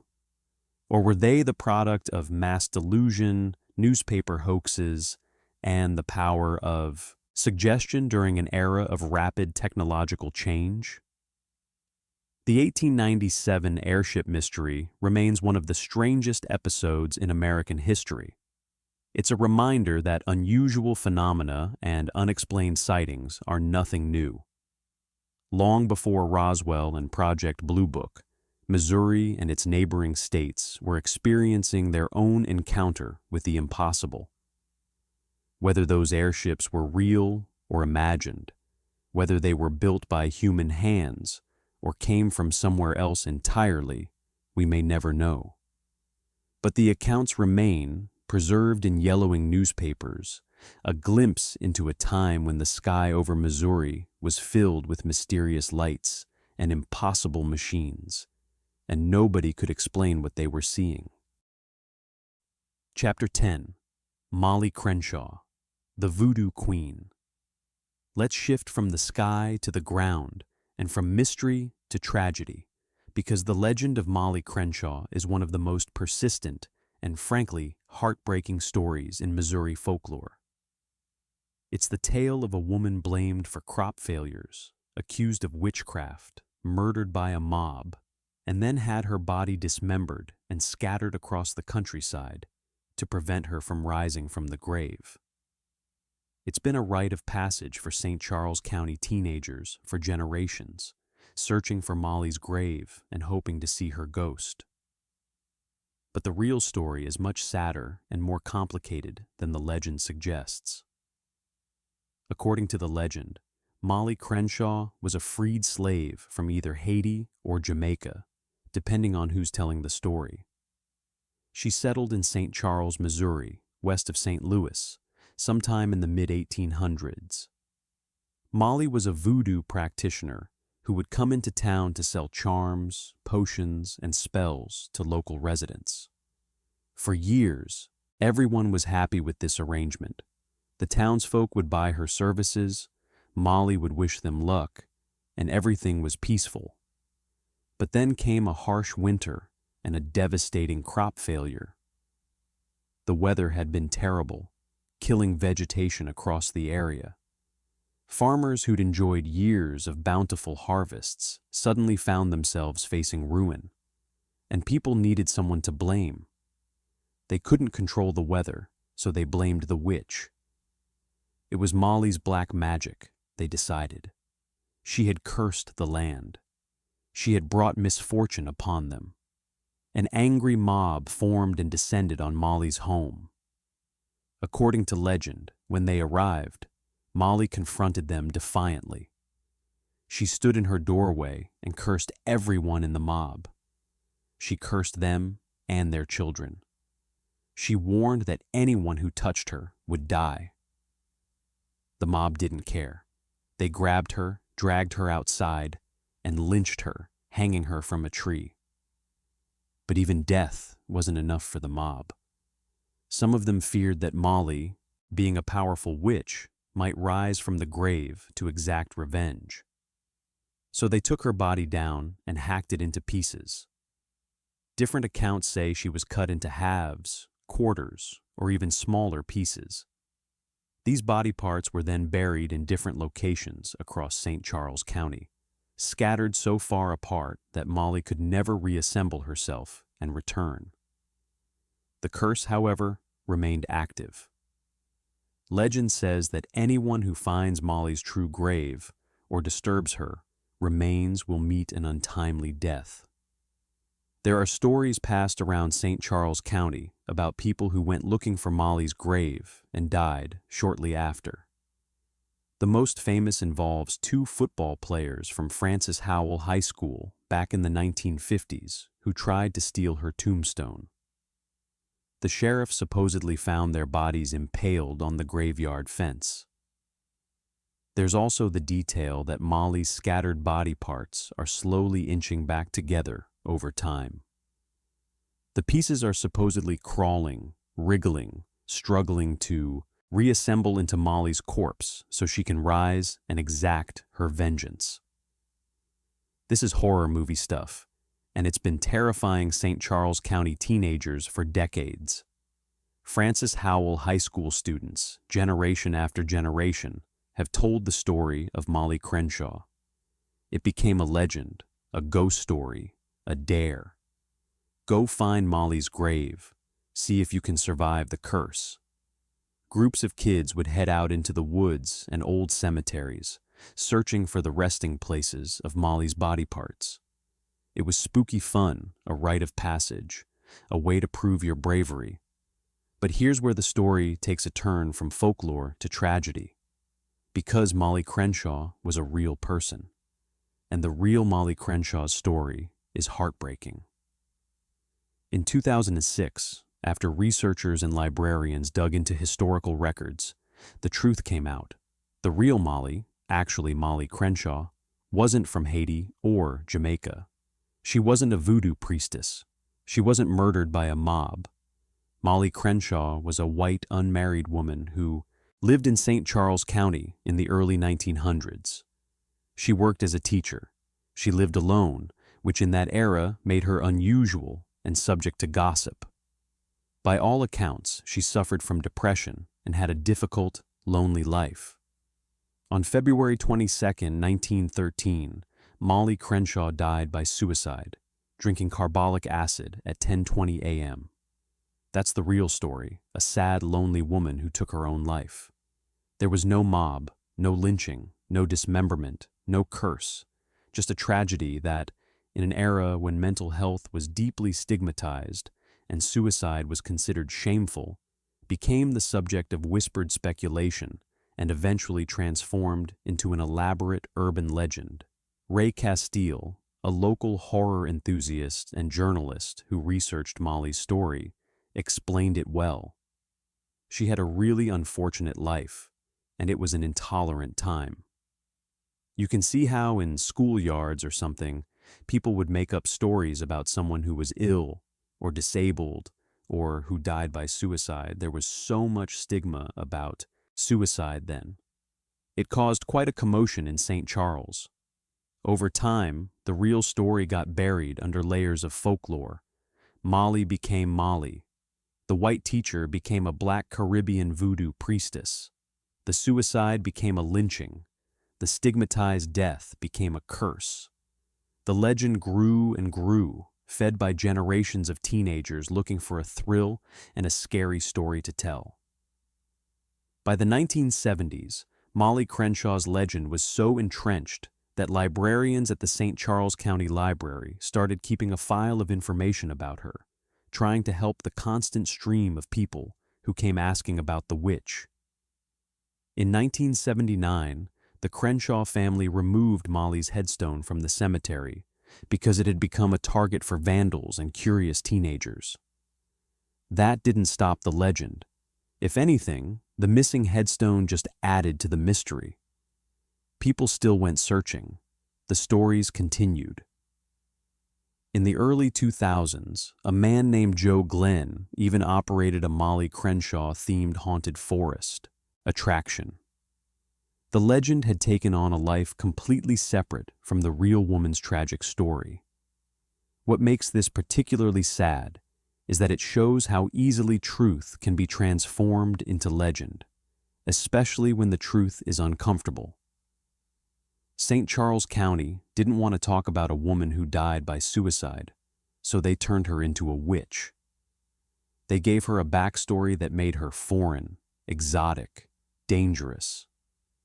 They created a narrative where she deserved what happened to her because she had cursed the town first. This is a pattern you see again and again in folklore. Uncomfortable truths get rewritten into more acceptable, or at least more entertaining, legends. The real Molly Crenshaw, struggling with loneliness and depression in an era that offered no support for mental health, gets erased. In her place appears Molly the Voodoo Witch, a convenient villain for a scary story. Today, if you visit St. Charles County and ask older residents about Molly Crenshaw, many will tell you the legend. Some will insist it's all true, that they know someone who saw her ghost or felt her presence. Others will acknowledge it's probably just a story, but admit they'd still feel uneasy searching for her grave at night. The power of the legend persists, even when people know it's not factually true. The legend of Molly Crenshaw is a reminder to be careful about the stories we tell and the histories we preserve. Behind every ghost story, behind every legend of a witch or a monster, there's often a real person whose actual story has been lost or deliberately obscured. Molly Crenshaw deserved better than to have her difficult life and tragic death transformed into a horror story for teenagers to tell around campfires. If there's anything truly haunting about the Molly Crenshaw legend, it's not the curse or the scattered body parts or the ghost supposedly walking the woods. It's the fact that a real woman's pain was so uncomfortable for her community to acknowledge that they buried it under layers of fiction, creating a monster out of someone who was most likely just alone, sick, and desperately sad. That's the real tragedy of Molly Crenshaw. Chapter 11. The Bubbleheads of Carrico Road. Speaking of legends that obscure tragic truths, let's talk about another Missouri urban legend that's been terrifying teenagers for decades, the Bubbleheads of Carrico Road. If you grew up in North County, St. Louis, specifically around Florissant, you've heard this story. There's a family with grotesquely enlarged heads living at the end of a secluded road, and if you drive down there at night, they'll chase you away. It's classic local legend stuff. Except, like Molly Crenshaw, This legend is also based on a real person with a real medical condition, and the truth is, once again, much sadder than the scary story. Carrico Road is a real street in Florissant, Missouri, in unincorporated North County. It's a winding, heavily wooded dead-end road just south of the Missouri River. If you drive down it, especially at night, it's genuinely creepy. The road slopes downhill, curves through dense trees, and eventually ends at private property. And there are no trespassing signs. A lot of no trespassing signs. Like an excessive number of them. Which, of course, just adds to the mystique and makes teenagers even more curious.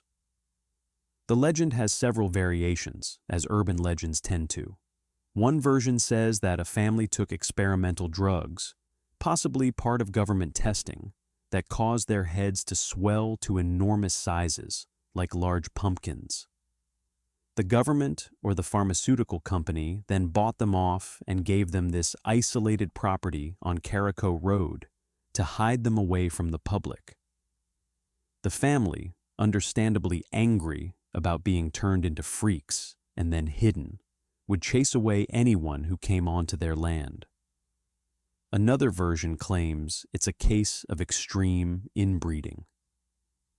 An old St. Louis family lived in isolation for generations, and through years of inbreeding among family members, descendants developed hydrocephaly, also known as water on the brain, which causes enlarged heads. This version sometimes ties into the isolation of rural areas and plays on fears about what might be living in the deep woods. A third variation claims the Bubbleheads are escaped patients from a mental asylum, though there's no record of any asylum in that area of North County. Some versions add nuclear contamination from Coldwater Creek, which does run through North County and is a legitimate environmental concern, though Coldwater Creek is about 4 miles south of Carrico Road. The legend really took hold at Francis Howell High School and other North County schools. It became one of those things where if you know, you know. Driving down Carrico Road at night became a rite of passage.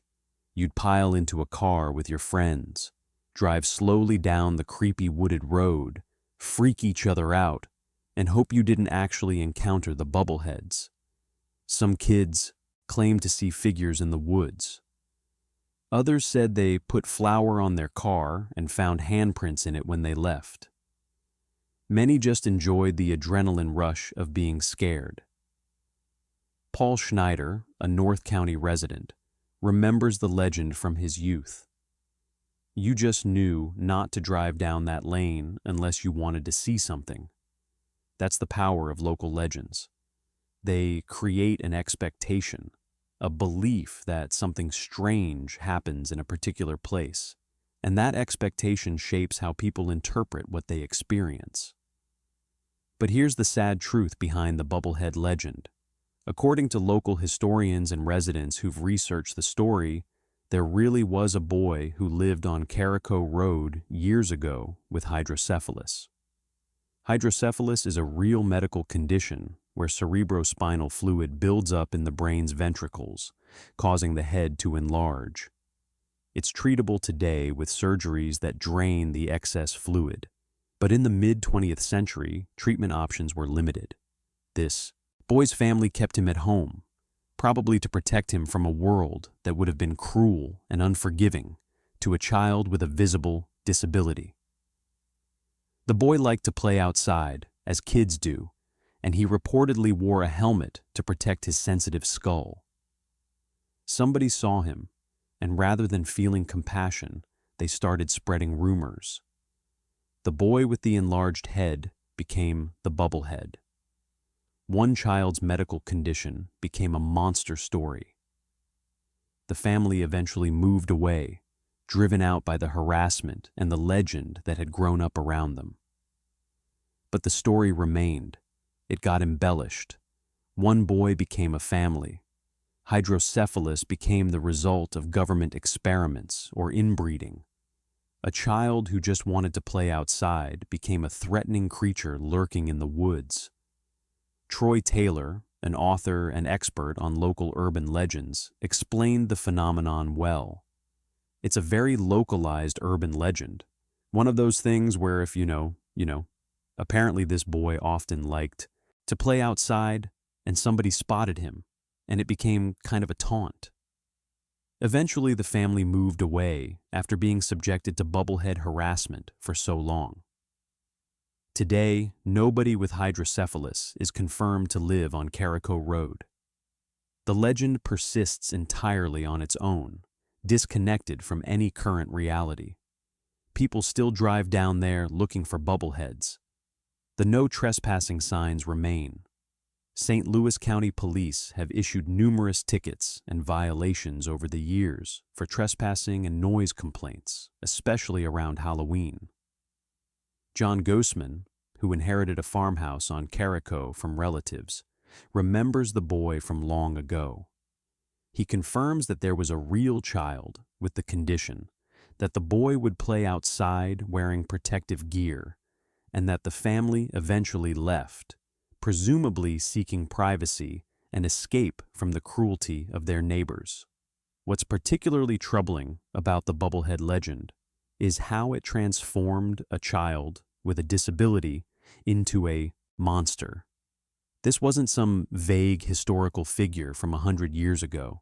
This was a real kid living in the 1900s, maybe the 1950s or 60s, who just wanted to play outside like any other child. And instead of compassion, people responded with fear and mockery. They created a scary story out of his medical condition. This is ableism at its worst, taking someone's disability and turning it into a horror story.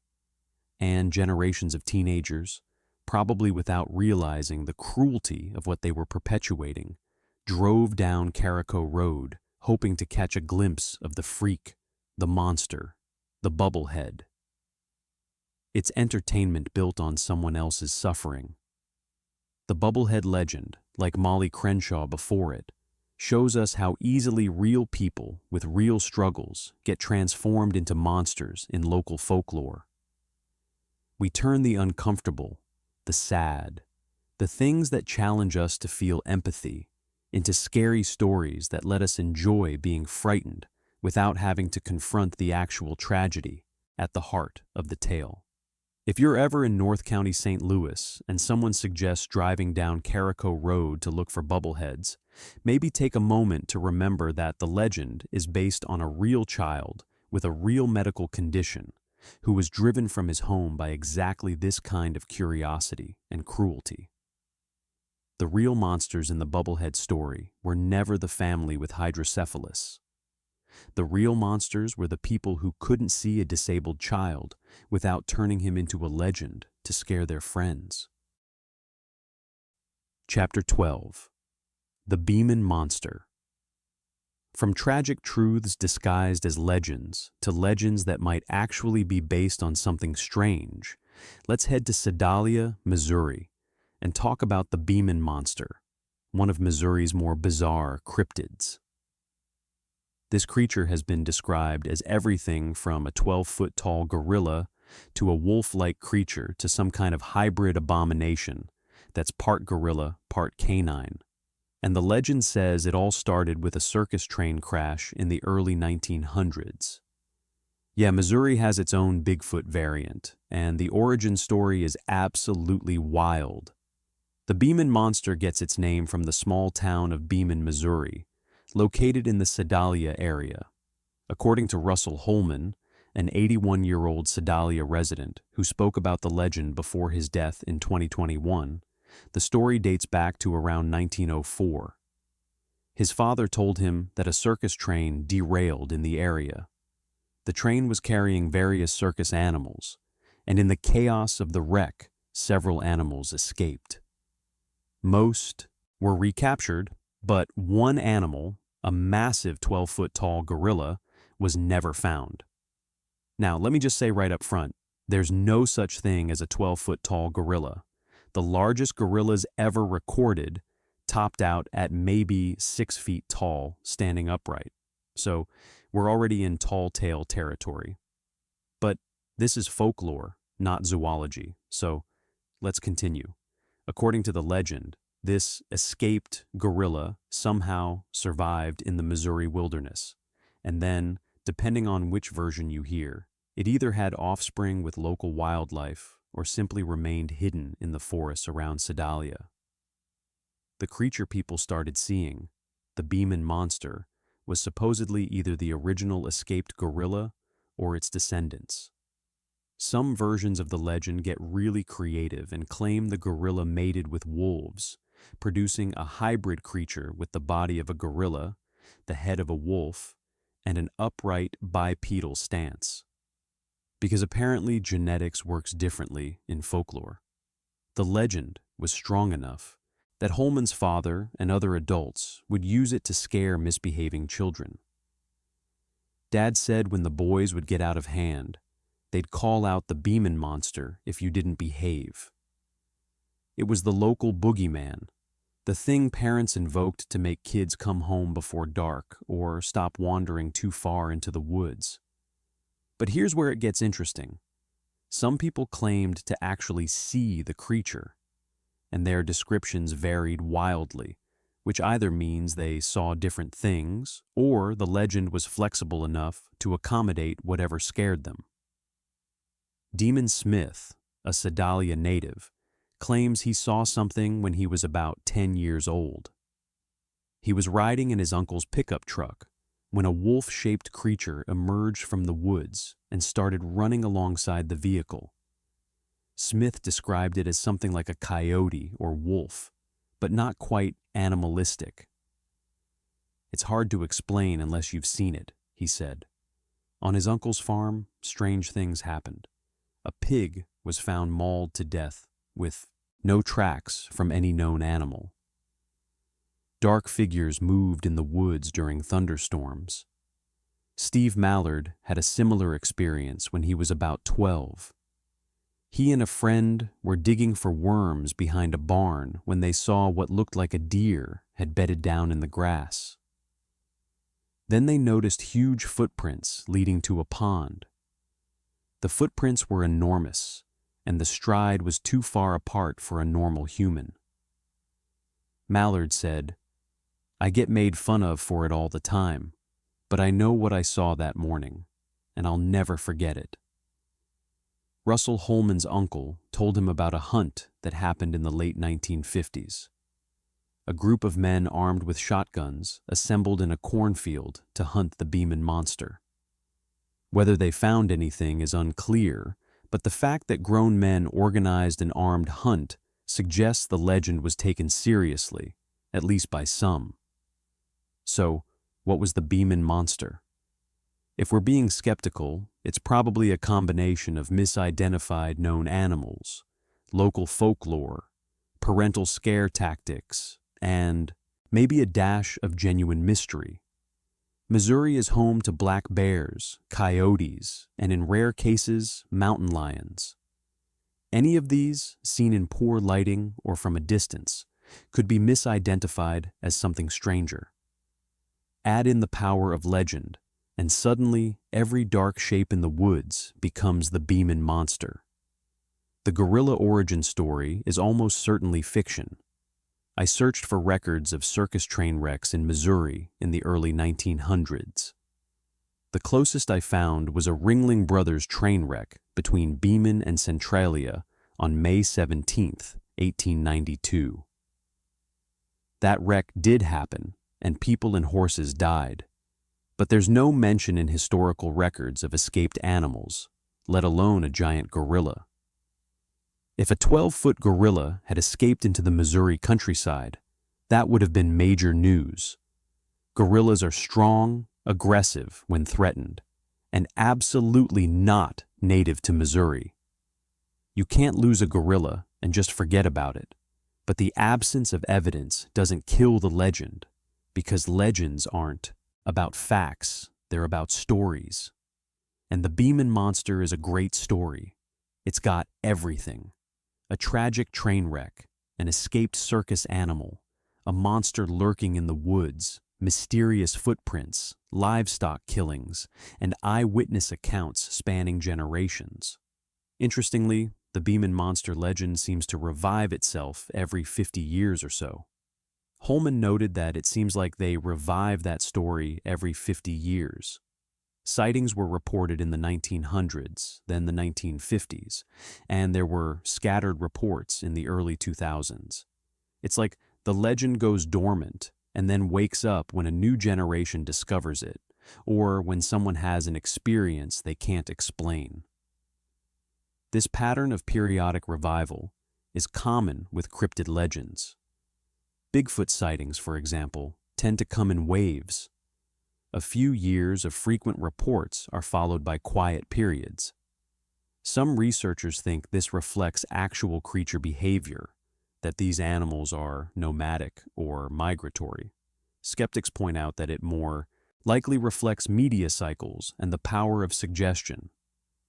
One person reports a sighting. It gets local news coverage. Suddenly everyone's paying attention to strange sounds and shadows in the woods, and more reports follow. One question worth asking is, could the Beaman Monster sightings actually be related to Missouri's other cryptid, Momo, the Missouri Monster? Both are described as large, hairy, bipedal creatures in the general Missouri region. Both have been reported for decades. Both are linked to livestock deaths and large footprints. Maybe they're the same phenomenon, just with different local names and slightly different origin legends.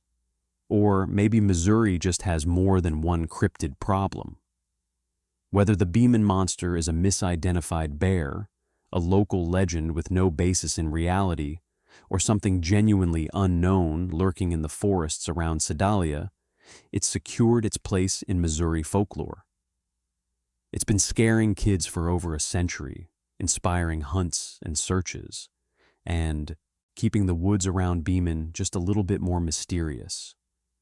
And honestly, isn't that what good folklore is supposed to do?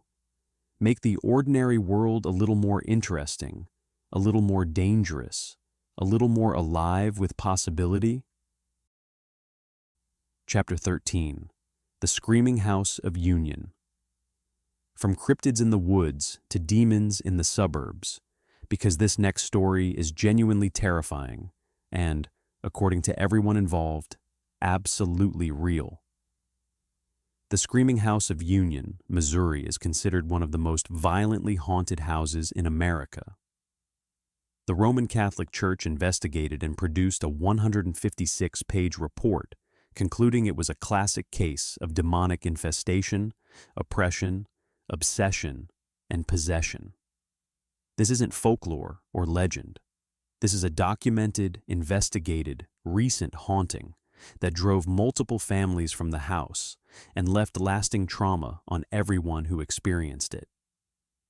The story begins in May 2001, when Stephen LaChance and his 3 children moved into a rental house in Union, Missouri. LaChance was a single father, recently separated from his wife, trying to give his kids more space than their cramped apartment could provide. The house at 809 North Christina Avenue seemed perfect. It was spacious, old but charming, with a nice yard. The rent was affordable. LaChance signed the lease. Within days, things started going wrong. LaChance's youngest son, sent to the basement to get a garden hose, came running back upstairs screaming, having urinated himself in terror. He said something big had chased him up the basement steps. LaChance dismissed it as a child's overactive imagination. Then the lights. Every time LaChance came home to the empty house, all the lights would be on, even though he'd turned them off when he left. The temperature in different rooms would fluctuate wildly. One room would be sweltering hot, while the next was freezing cold. Objects would move on their own. The children started complaining about closet doors opening by themselves and shadows moving in the hallways. LaChance, a skeptic by nature, tried to rationalize everything. Old houses make noises. Kids imagine things. But then he saw it. One Sunday evening, his kids were watching TV with their backs to the living room. LeChance, facing the room, watched as a dark, massive shadow figure emerged from the hallway and moved through the living room. It wasn't a trick of the light. It was solid, dark, and had a presence that filled the room with dread. The shadow moved toward them, and LeChance grabbed his children and got them out of the room. From that point on, the activity escalated dramatically. Voices could be heard throughout the house. Disembodied whispers and conversations. Loud pounding from empty rooms above. Screams, not human screams, but something else, something furious and inhuman, echoing through the house. The worst were the smells. Putrid odors would suddenly fill rooms, the smell of decay and rot. LeChance's children were experiencing their own terrors. They described being touched and grabbed by invisible hands. Cold spots would appear suddenly around them. They'd wake up with scratches and bruises they couldn't explain. The children were terrified to be in the house, especially alone. LeChance reached out for help. He consulted paranormal investigators, psychics, and eventually the Catholic Church. What they found was deeply disturbing. Investigators who visited the house all witnessed phenomena. The activity wasn't selective anymore. Anyone in the house could hear the screams, feel the presence, and see evidence of something profoundly wrong. Psychics who visited reported feeling multiple entities in the house, some human spirits, some not. They described an overwhelming sense of anger, pain, and malevolence. One psychic said the basement felt particularly dangerous, as if it was a gateway or portal for these entities. The Catholic Church's investigation was extensive. Priests visited the home multiple times. They documented the phenomena, interviewed the family, and researched the property's history. What they found was troubling. The house, built in 1932, was constructed on land that once belonged to Captain John Thomas Crow, a Civil War militia captain. The house was built on the exact spot where slave quarters had once stood. According to historical research, Captain Crow's wife Minerva owned the slaves. They were legally listed under her name. There were rumors, never proven but whispered about by descendants, that Minerva had improper relations with at least one of her male slaves. Some sources claim this led to her death and the deaths of several young male slaves on the property, though details are murky and disputed. Not far from the house is a mass grave in Union City Park. The area once housed a Civil War hospital and later a county poorhouse. Bodies that couldn't be properly identified were buried in mass graves. If you don't know where your Union ancestors are buried, locals say, they're probably in one of those mass graves. The combination of deaths on the property, the slave quarters, possible murders, and proximity to a mass grave created, according to the church investigators, a perfect storm for paranormal activity. The report concluded that the house had become infested with demonic entities that fed on fear and suffering. The activity reached its peak one night when LeChance challenged the entities, demanding they leave his family alone. The response was immediate and terrifying. The entire house erupted in chaos. Crashes, bangs, screams filled every room. A black, shadowy mass moved from room to room, seemingly searching for them. The family fled the house and drove away, and even from outside, they could still hear the screaming from inside. Neighbors' dogs were barking and howling in response to the noise. LeChance and his children never returned to live in the house. He went back a few times to retrieve belongings, but never alone and never at night. The children were never brought back. After LeChance moved out, The landlady rented the house to another family, a woman named Helen and her family. According to LeChance's later account, they didn't tell her what had happened. Almost immediately, Helen's family began experiencing the same phenomena. The activity was even more aggressive this time. Helen became a target. The entities seemed to focus on her, following her, tormenting her. Stephen LeChance wrote a book about his experiences called The Uninvited, the true story of the Union Screaming House. It was published in 2008 and selected as one of the best books of the year by the St. Louis Post-Dispatch. LeChance has given numerous interviews about his experience, and his children have confirmed their accounts. Everyone who lived through it bears psychological scars from the trauma. The Union Screaming House stands as a reminder that sometimes the scariest stories are true. This isn't folklore or legend passed down through generations. This happened in 2001 in a normal suburban Missouri town to normal people who did nothing to deserve what happened to them. They just rented the wrong house. If you're ever driving through Union, Missouri, you can find the house at 809 North Christina Avenue. It's there, sitting quietly on its lot, surrounded by normal neighbor houses, looking almost ordinary during the day. But according to everyone who's experienced it, there's nothing ordinary about the screaming house. Inside those walls, something waits. Something that screams with inhuman rage. Something that feeds on fear. Something that wants very badly for people to stay so it can continue its torment. The house is still there. And so, apparently, are the demons that call it home. Well, there you have it, folks. 2 hours of Missouri's strangest, most bizarre, and most fascinating folklore.